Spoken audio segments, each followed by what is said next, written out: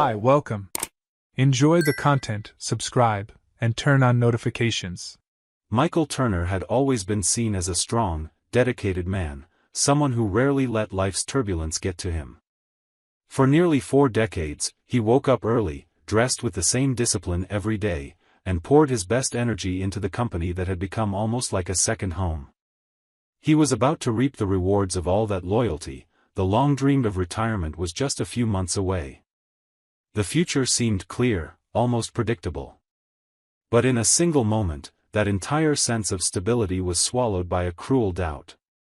That afternoon, he decided to stop by a café near the office. Nothing special, nothing eye-catching, just a place he often visited to ease the weight of another long workday. But as he walked through the door, something made the air feel heavier. His eyes locked onto a scene that froze him in place. Sitting there with a cup of coffee was Margaret, his wife, accompanied by Eric Collins, the young general manager and son of the company owner. The age difference between them was striking. Margaret was 60, while Eric still carried the unmistakable look of youth. They were chatting easily, their expressions showing a level of closeness that felt off. Her smile, followed by a comment from him, seemed more intimate than any ordinary work conversation. Michael's heart started racing, each beat echoing like a hammer inside his chest. He blinked several times, almost hoping the image would shift, that it was just a coincidence or an illusion. But there was no mistake. It was really his wife and the owner's son. Questions began piling up in his mind. What were they doing together? Why here, far from the company's eyes? Why so much laughter, so much ease between them? Michael's throat went dry.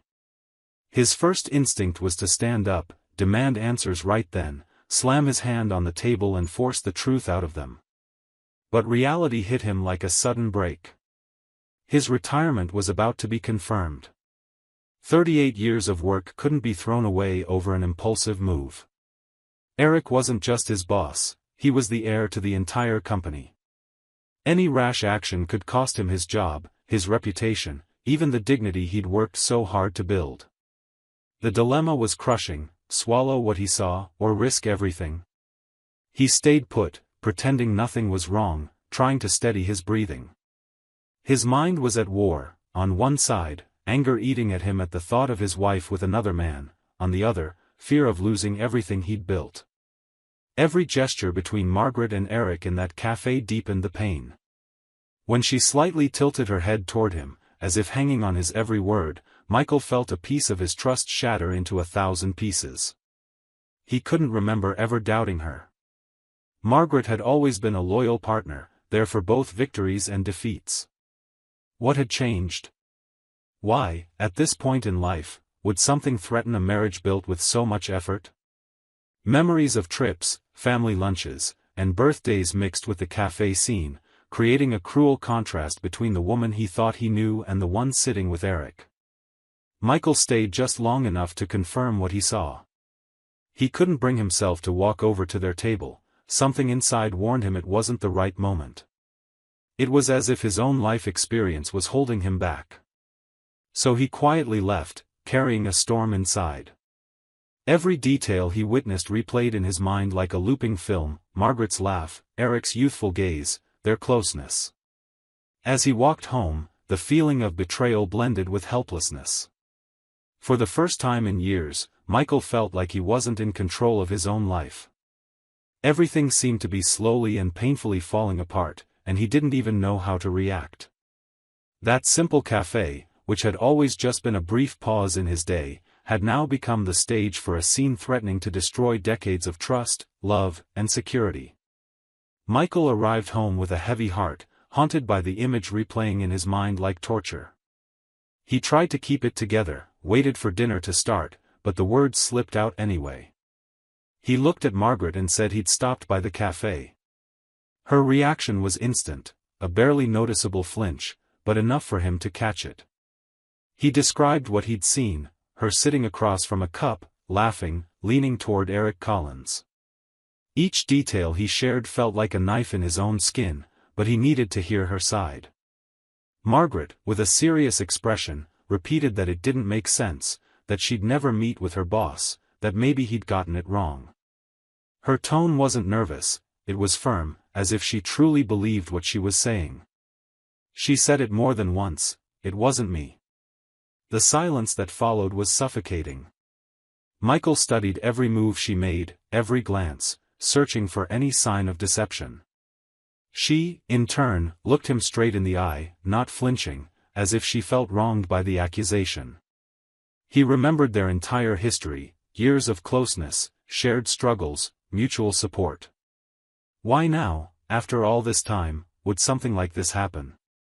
Why now, right before his retirement, when they should be dreaming together about this new chapter? Michael tried to keep his voice calm, but it came out harsher than he intended. He said he wasn't crazy, that he was sure of what he'd seen. Margaret reacted with a mix of surprise and indignation, asking if he really thought she'd be capable of something like that. Her conviction shook him, and for a few seconds, Michael almost doubted his own eyes. Almost. Because the image remained as clear as when he first saw it. Dinner was forgotten. Margaret stood up, paced the room, saying she'd never give him a reason to suspect her. She brought up trips, moments of unity, stories that felt as solid as a foundation. Michael listened, but inside, the wound was already open. Her words made sense, but his heart was at war with his mind. Part of him begged to believe her, while another part screamed that something was wrong. When he lay down that night, the bedroom, once a sanctuary, became a silent battlefield. Margaret fell asleep quickly, maybe tired from the argument, maybe unaware of the weight crushing him. Michael stayed awake, staring at the ceiling, reliving every moment from the café. The trust of a lifetime now seemed cracked, each memory widening the split a little more. He started questioning if he'd been fair. Could it have just been a misunderstanding? Was it the angle, the distance, the rush that created an illusion? But his mind kept insisting, the smile was hers, the way she rested her hand on the table was hers, the knowing look between them was unmistakable. Margaret could deny it all she wanted, but deep down, something told him what he saw was real. That doubt didn't let him rest. That night, Michael tossed and turned, weighed down by a dilemma with no answer. Did he believe the woman he'd shared his whole life with, or did he trust his own eyes, which had never failed him before? Between those two paths, his anxiety began to shift into something deeper, the need to find proof, to uncover an answer that would free his mind from the prison it had fallen into. Michael woke up the next morning feeling like last night's conversation had solved nothing. If anything, the uncertainty felt stronger than ever.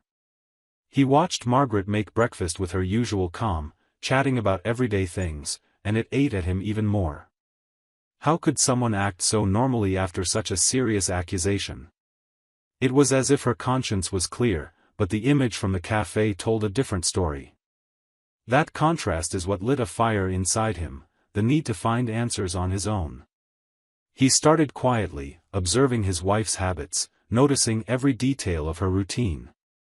He paid attention to her schedule, the clothes she wore when going out, how long she stayed away from home. He began glancing at messages she left on her phone when she forgot it on the table, finding nothing but ordinary chats with friends and family. There was nothing suspicious, no clue confirming his fears. Still, the emptiness of these findings brought no peace. Instead, it pushed Michael's mind into even darker scenarios. With each passing day, the feeling of being deceived grew. He started thinking that if Margaret really was involved with Eric, she'd never leave such obvious traces. That thought led him to a different kind of surveillance, direct observation. Michael made up excuses to come home early and check if she was around, or drove past places she usually visited just to confirm where she was. Every time, he found her doing normal things, with no hint of secrets. Still, his heart wouldn't settle. When he realized watching Margaret wasn't getting him anywhere, he decided to shift focus. If there was something to uncover, maybe it was tied to Eric. After all, he was the link in all this confusion. Michael began paying attention to his boss's movements at work, pretending disinterest while his eyes scanned every detail. He discreetly noted departure times, commitments Eric mentioned, anything that might be useful. One afternoon, after hearing Eric say he'd be leaving early, Michael decided to follow him.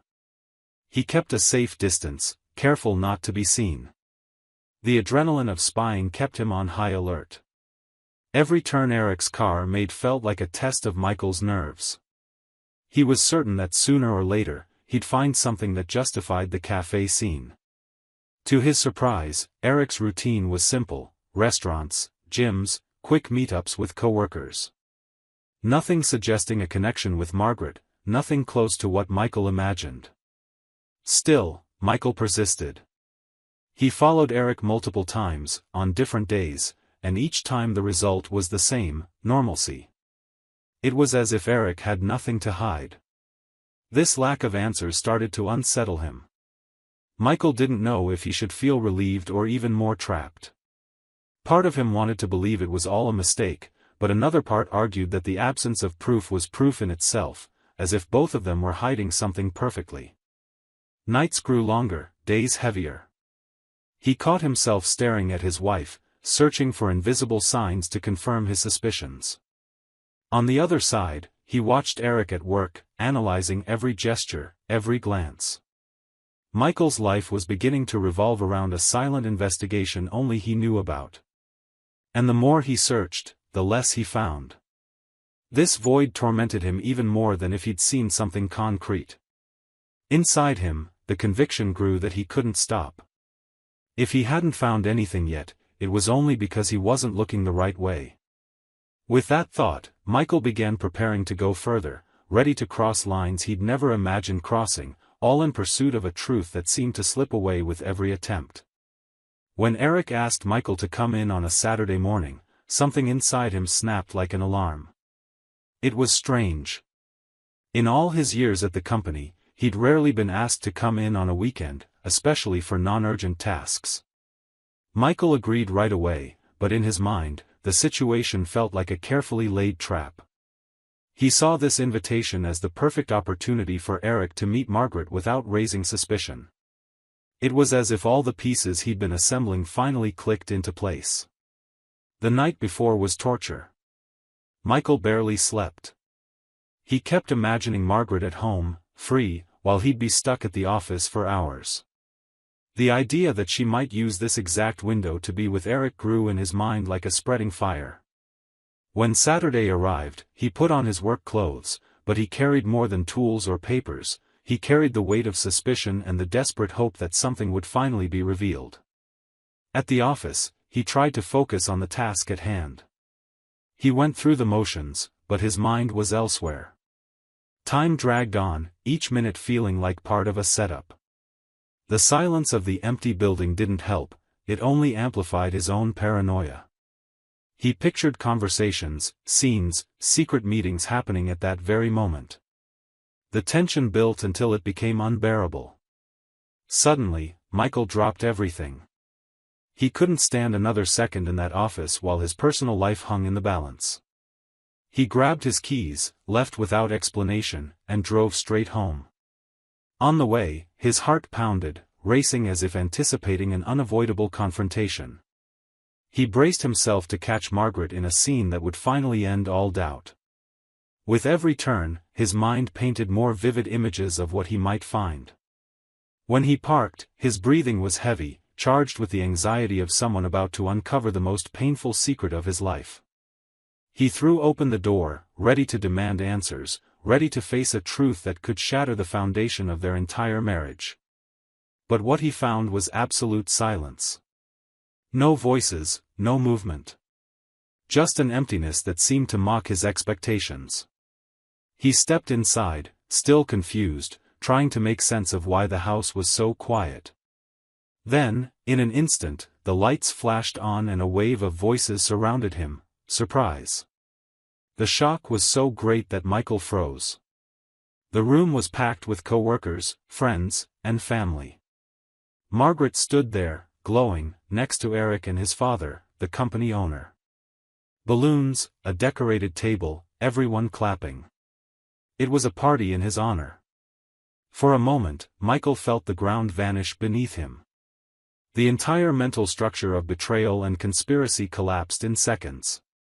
What he believed was the ultimate proof of deception was actually the perfect cover for a grand celebration. A generous check was handed to him, thank you speeches were given, all praising his dedication, his years of effort, his legacy at the company. As he received hugs and smiles, Michael was still dazed. The tension that had gripped him for weeks began to fade, but it left behind a trail of shame and disbelief. He watched Margaret interact with everyone, happy, proud, showing no hint of guilt. Eric, once the target of so many suspicions, spoke with genuine gratitude about Michael's outstanding work. And in that festive atmosphere, surrounded by applause and celebration, Michael realized he'd turned an act of kindness into a maze of suspicion. The surprise meant to be a gift had nearly become the trigger to destroy what he valued most. But one question still lingered, pulsing in his mind even amid the revelation. The party noise still echoed when Michael felt the need to clear one last thing. He greeted co-workers, thanked them for the speeches, held the check like a trophy arriving at the perfect moment, but the question remained. He approached Margaret in a quieter corner of the room and asked directly, "Was that you in the café with Eric?" She looked up with a soft smile, the same one she always used to calm things down. "Of course it was," she said. "He called to ask for help with your party, and you almost found out everything." She explained it plainly, guest list, confirmation with HR, timeline for setup, who'd bring old factory photos, who'd give the speeches, even the text for the card that would go with the check. The cafe meeting was to finalize details and set the Saturday work plan, which would serve as a cover while the team brought in sound, cake, and the plaque still wrapped on the table. Michael took a deep breath. What he'd interpreted as inappropriate closeness was actually planning. And the Saturday? She pointed to Eric, who approached, sensing the topic. The work invite was a way to keep Michael away while everyone organized the surprise. The silence he'd walked into was the final step, lights off, phones quiet, people hiding behind the couch, and the perfectly timed surprise as he entered. Simple, straightforward, complete. Michael looked at his wife as if thanking her for a risk that, in the end, paid off, and felt the weight of suspicion begin to lift. Eric asked for a moment to speak. He said this was the least they could do.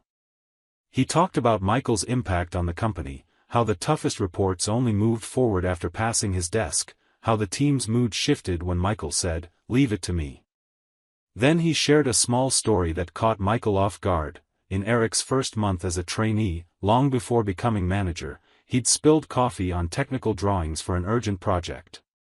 Total panic. Michael spent the rest of the day reconstructing the documents, called suppliers, redid measurements, calmed the client, and delivered everything as if nothing had happened. He never took credit. That act saved Eric's evaluation. "I promised that when I had the chance to repay you, I'd do it big," he said, getting straight to the point. "Today is that day." The room fell silent when Richard Collins, the company owner and Eric's father, raised his hand for quiet. His voice was steady. He thanked everyone for coming, took a breath, and revealed what he'd saved for last. The check was generous, but there was more. Starting next week, the factory's training room would be renamed the Michael Turner Room. The plaque, still covered, would be installed first thing Monday morning. On top of that, they offered a light consulting contract, just a few hours a week, so Michael's experience could keep guiding younger employees without taking away his freedom as a retiree. Extended health coverage, lifetime access to the technical library, and a formal invitation to open the next apprentice training cycle. Co-workers erupted in applause. Margaret squeezed Michael's arm with pride, and he felt something shift inside, as if the honor had put every piece back in its place. The party continued with lively conversations, photos playing on a screen, him in a helmet decades ago, at a team lunch, receiving a safety award, and in the middle of it all, another small story surfaced. Hannah, now an engineer, asked to speak. She said that as an intern, she'd submitted a spreadsheet with a wrong formula during a critical closing. Instead of calling her out in the hallway, Michael took her into his office, calmly explained the error, redid the calculation with her, and had her send the final file with her name highlighted. "That changed my career," Hannah said. "I learned to take responsibility without fear. If I lead a team today, it's because someone taught me how to fail the right way." Michael listened in silence, realizing that the career he thought was built on routine was also made of seeds planted, people who grew because someone once gave them the right hand. When the music lowered and guests began to leave, Michael and Margaret stood side by side again. He apologized for the weight of the past weeks. He said a misread image had turned into a maze in his head, and living with that had been hard. Margaret listened calmly and responded without raising her voice. She understood his fear. Retirement carried ghosts, too much free time, the feeling of a chapter ending, the sense that life was losing its center. She knew all those anxieties and had feared that a surprise this big might make things worse if discovered at the wrong time. That's why the secrecy. That's why the café. That's why the Saturday. "Trust is also planned," she said. "Today, I planned yours." Michael looked at the check, at the still-covered plaque, at the owner's son who once was a clumsy trainee and now spoke confidently in front of the whole factory. He felt shame and relief at the same time. The thought that had haunted him for days lost its grip. The answer he'd been searching for was right there, plain for all to see, no tricks. He walked over to Richard to thank him. The older man gripped his hand tightly and shared one more story few knew. Years ago, during a serious crisis, when there was pressure to cut staff and reduce costs, it was Michael's technical report that prevented a rushed decision that would have shut down an entire production line. The report called for a precise adjustment, saved jobs, and preserved a key contract. "You saved the backbone of this company that month," Richard said. "Today, we're repaying you with a name, recognition, and peace for your next chapter." Back on the couch, Margaret pulled a thin envelope from her pocket. Inside were handwritten cards from people across different departments. Short, direct messages, some funny, some emotional. "You taught me how to organize my thoughts, you gave me the courage to present my first project, that talk after my mistake is why I stayed." Each card was a window into a moment he'd forgotten but someone else had kept like a milestone. Michael felt his eyes burn, took a deep breath, and hugged Margaret. He said that if he'd trusted sooner, he could have spared them both many rough nights. She rested her head on his shoulder and replied simply, "Life together requires conversation before assumption." Eric returned with the covered plaque, inviting Michael to pull the cloth. The polished metal revealed the clean engraving, "Michael Turner Room." Applause broke out spontaneously. No more speeches were needed, there was nothing left to explain. Instead, there was a new image settling in Michael's mind, his story becoming a home for other stories. He placed his hand on the plaque like someone closing one chapter and opening another, turned to Margaret, and with a tired half-smile, admitted he'd almost ruined his own party. She smiled softly, cupped his face in her hands, and replied with her usual short humor, the kind that always disarmed him, "Next time the surprise is for you, try surprising the surprise with trust." Thank you for watching the video. If you enjoyed it, don't forget to subscribe to the channel and turn on notifications so you won't miss any updates. See you next time.